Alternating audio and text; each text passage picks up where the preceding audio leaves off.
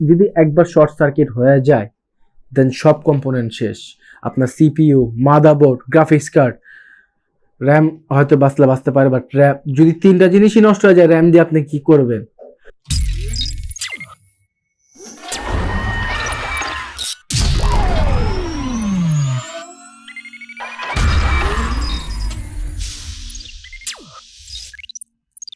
Hey guys, this is Towhid Binoy and welcome back to my another video. So basically আপনার thumbnail, title এবং আমার সামনেও দেখে ফেলছেন যে আজকে আমি কি নিয়ে আসছি। সো বেসিক্যালি আজকে আমি যাদের বাজেট লো বলতে না, মিড লেভেলে আছে যাদের বাজেট, এবং যারা আর কি মোটামুটি অ্যাডভান্স লেভেলের গেমিং করে, এডিটিং করে, যারা 3D কাজ করে, তাদের জন্য আজকে আমি INNO3D GTX 1650 সুপার এই কার্ডটা নিয়ে আসছি। এখন আমি একটু কথা বলি যে আপনাদের যারা গেমিং করে, যারা হাই লেভেলের গেমিং করে, হাই লেভেলের এডিটিংয়ের কাজ করে, যাদের আর কি বড় বড় প্যানেলের কাজ করে, আমি তাদেরকে অবশ্যই এই কার্ড অবশ্যই রিকমেন্ড করব না। তাদের জন্য তো হাই লেভেলের কার্ড আছে, যেমন আমার একটা ভিডিও আমি নিয়ে আসছিলাম INNO3D নতুন বিস্ট একটা মনস্টার একটা কার্ড, যেটা আর কি 3070 কার্ড। সেটা যদি আপনাদের দরকার হয় বা আপনাদের যদি কোনো কিছু জানতে হয় সেই কার্ডের ব্যাপারে, তাহলে আমার আই বাটন দেখতেছেন, এখানে ভিডিও লিঙ্ক এসে পড়ছে অলরেডি। তো এই ভিডিওটা ঘুরে আসতে পারেন এবং দেখে আসতে পারেন যে এই কার্ডের মধ্যে কি কি আছে এবং কি কি নাই। অবভিয়াসলি সব কিছু আছে এই কার্ডের মধ্যে, সো এই ভিডিওটা দেখে আসতে পারেন। বাট আমি আজকে এই কার্ডটা নিয়ে কথা বলবো এবং এই কার্ডটার ওভারভিউ করবো, এটার স্পেসিফিকেশন নিয়ে কথা বলবো। And please don't miss my benchmark. ভাই, বেঞ্চমার্ক করতে অনেক কষ্ট হয়েছে, তো বেঞ্চমার্ক দেখতে ভুলবেন না। সো এখানেই কথা না বলে চলেন ভিডিও শুরু করে ফেলি।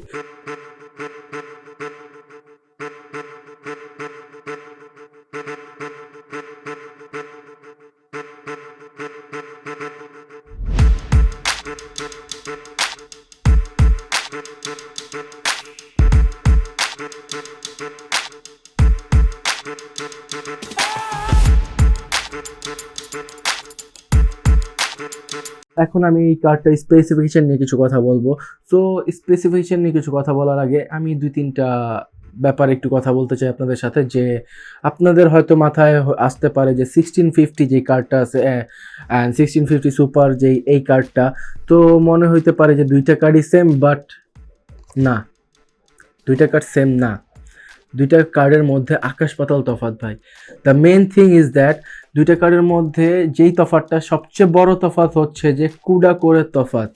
আপনার 1650-তে নর্মালি 780 বা 750-এর মতো কুডা কোর রয়েছে, বাট 1650 সুপারে 1280 মানে 1280 কুডা কোর ইউনিট দিয়েছে, যেটা আর কি অনেক অনেক হেল্প করবে আপনার গেমিংয়ে, আপনার এডিটিংয়ে, যা কিছু বলেন আপনার মাল্টিটাস্কিং ক্যাপাবল করার জন্য। এটা যদি আপনি কম্পারিজন করতে চান RX 570-র সাথে, দেন ইটস ওকে, আবার ওকে না। কোনো দিক দিয়ে RX 570 আগে আছে, কোনো দিক দিয়ে 1650 সুপারও আগে আছে। তো পুরোপুরি ডিপেন্ড করে আপনার উপরে, আপনি কোনটা রিকমেন্ড করেন বা আপনার কোনটা দরকার। সো আমি রিকমেন্ড করবো দুটোটাই আপনাদেরকে, আপনার যেটা আর কি পছন্দ হয় সেটা নিয়ে নেন। বাট আমি আজকে 1650 সুপার নিয়ে আসছি, তো এটা অবশ্যই এটা নিয়ে কথা বলবো। তো এটা যদি আমি ফার্স্টে স্পেসিফিকেশন নিয়ে কথা বলি, এটার VRAM হচ্ছে 4GB একটা কার্ড, অ্যান্ড অবভিয়াসলি এটার মেমোরি ইন্টারফেস হচ্ছে GDDR6। বাট আমি যেটা বললাম RX 570 হচ্ছে GDDR5 এর একটা ইন্টারফেসের কার্ড। সো এখান দিক দিয়ে এটা আগে আছে। অ্যান্ড এটার যদি মেমোরি ইন্টারফেস উইথ বলি, সেটা হচ্ছে যে 128 বিট, আপনারা দেখতেই পারতেছেন এখানে লেখাই আছে। সো এই হচ্ছে ব্যাপার। অ্যান্ড এটা যদি কুডা করে কথা বলে, আমি আগেই বলে দিছি এটার কুডা কোর হচ্ছে 1280 ইউনিট কুডা কোর। অ্যান্ড এটার বুস্ট ক্লক 1755 মেগাহার্জ এটার boost clock, which is very good. And এটার একটা HDMI পোর্ট দেওয়া আছে, একটা DVI পোর্ট দেওয়া আছে, একটা ডিসপ্লে পোর্ট দেওয়া আছে, মানে তিনটা পোর্ট দেওয়া আছে। আপনি তিনটা মনিটর ইজিলি ইউজ করতে পারবেন এই কার্ড দিয়ে। সো আপনি যদি আরও মনিটর ইউজ করতে চান এই কার্ড দিয়ে, দেন হ্যাঁ পারবেন, বাট আপনার অ্যাডাপ্টার বা কনভার্টার যেটাই বলেন সেটা আপনার মার্কেট থেকে বাই করে নিতে হবে। সো এই হচ্ছে এটা স্পেসিফিকেশন।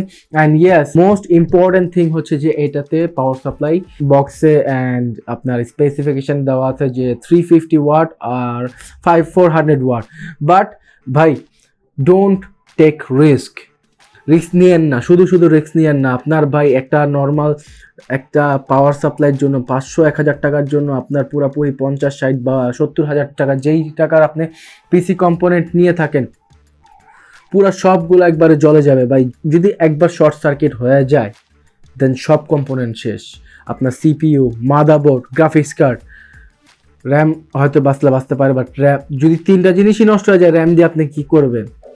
সো আমি বলবো সেফ থাকা অবশ্যই ভালো। আপনি পাওয়ার সাপ্লাইতে ভাই ইনভেস্ট করেন, আপনি ফিউচারে আপগ্রেড করবেন পিসি, দেন আপনার পাওয়ার সাপ্লাইয়ের ব্যাপারে এত চিন্তা করতে হবে না। সো পাওয়ার সাপ্লাইটা বেটার রাখেন, 450 রাখেন।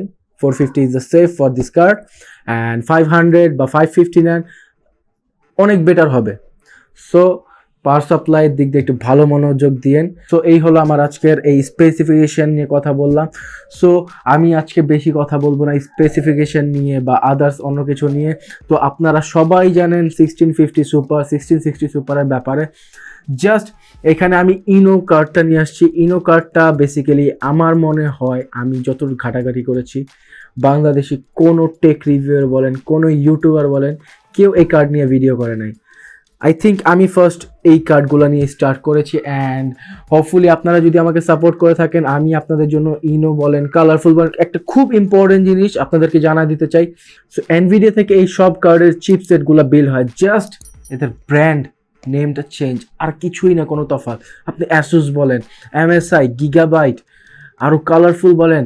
সো কালারফুল, গ্যালাক্স, INNO3D, আরও এই যে এইসব কার্ডগুলোকে মানুষ খুব আন্ডার এস্টিমেট করে যে ফালতু কার্ড, এই কার্ড জীবনেও নাম শুনি নাই হয়তো। হ্যাঁ, ওরকমভাবে ব্র্যান্ডিং না হওয়ার কারণে আপনারা নাম শুনেন নাই, বাট ভাই আপনাদেরকে একটা ইম্পর্টেন্ট তো বললামই আমি, যে চিপসেট এনভিডিয়া জিটিএক্স থেকেই হয়ে আসে, দেন আপনার ব্র্যান্ড নেমের সাথে অ্যাড হয়ে এটা লেভেলগুলো বাড়তে থাকে। সো বাকি সব সেম। এখন আমি এটার স্পেসিফিকেশন নিয়ে সব কথা বলে ফেললাম, অ্যান্ড আজ আর কোনো কথা বলতে চাই না আপনাদের সাথে। সো চলেন এটার বেঞ্চমার্ক দেখে আসি। আমি আজকে প্রায় 5-6টা গেমস খেলে ফেলছি এই কার্ড দিয়ে।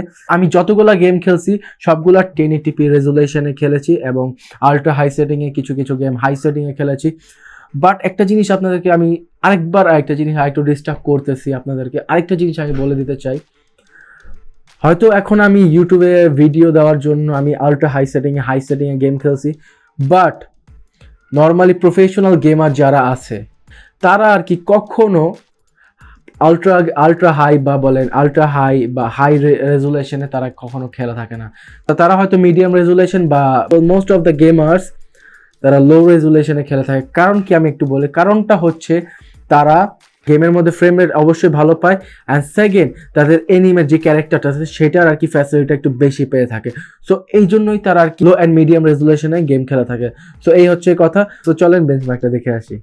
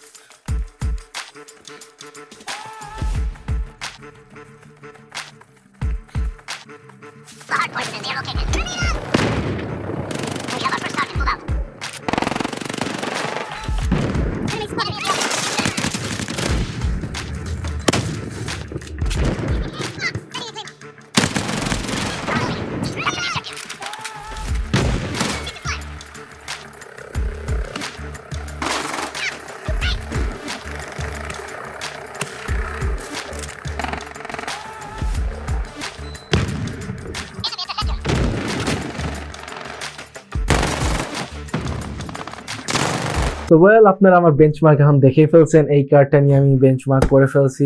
আসলে এই কার্ডটা এখন খালি বক্স, আসলে এটাতে খালি বক্স, আমার পিছনে আমার পিসিতে আর কি কার্ডটা লাগানো আছে। সো এই হচ্ছে আমার আজকে আমি গেমিং করছি অনেক এই কার্ডটা দিয়ে। আমি আসলে এই কার্ডটা নিয়ে আসছি প্রায় 4-5 দিন হয়ে গেছে। এটা দিয়ে আমি গেমিং করছি, এটা দিয়ে আমি এডিটিং করছি। আমার লাস্ট 2টা ভিডিও যেগুলো ছিল এই কার্ড দিয়ে ভিডিও এডিট করা অ্যান্ড রেন্ডারিং আমি খুব স্মুথ পেয়েছি। আমার কজ আমি আপনাদেরকে ভুলে গেছি, আমার একদমই আইডিয়া ছিল না যে আপনাদেরকে আমি এইটার সাথে আমার কম্বোটা ছিল Ryzen 5 এর 3500X যেটা 3500X অ্যান্ড 1650 সুপারের সাথে আমি কম্বো করে আমি আমার বেঞ্চমার্কগুলো, যতগুলো বেঞ্চমার্কের ভিডিও দেখেছেন সবগুলো আমার ভিডিও ছিল এই Ryzen 5 3500X এর সাথে 1650 সুপার, উইচ ওয়ে আমি আর কি ভালো ফ্রেম রেট পেয়েছি এই গেমসের মধ্যে। আপনারা একটু প্রসেসরটা একটু ভালো রাখার ট্রাই করবেন, লাইক ইন্টেলের যদি হয়ে থাকে কোরাই 5, 7, 6 জেনারেশন আর কি মিনিমাম রিকোয়ারমেন্ট, আর যদি 10 জেনারেশন 9 জেনারেশন তার তো কোনো কথাই নেই। আর রাইজেনের তো কোনো কথাই নেই, রাইজেন 36 হলে আরও বেস্ট, 3500X বেস্ট, 3400G আমি মনে করি না, এটার সাথে কোনো মানে কম্বিনেশন হয় না আপনার কার্ডের সাথে, কারণ এতে একটা আলাদা ভেগা 11 গ্রাফিক্স কার্ড দেওয়া আছে।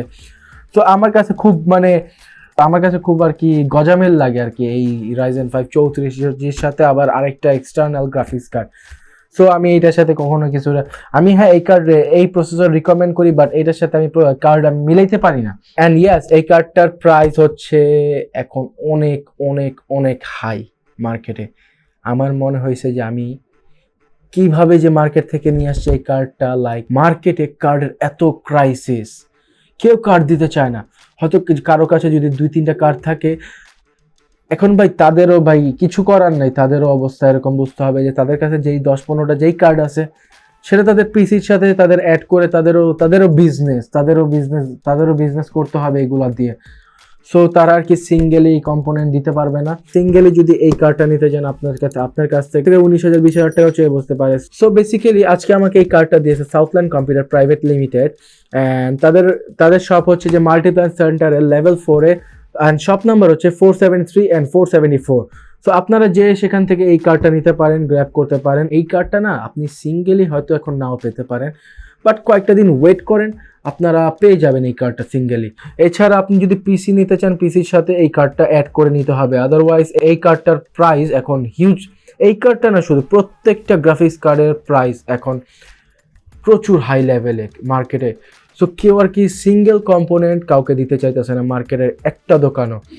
সো আমি বলবো হয়তো একটু ওয়েট করে বাই করতে যান, অথবা যদি যাদের ফুল পিসি দরকার তারা হয়তো যে এই কার্ডটা নিতে পারেন, বা আদার যেই কার্ডই দরকার আপনার ফুল পিসির সাথে আপনার নিতে হবে।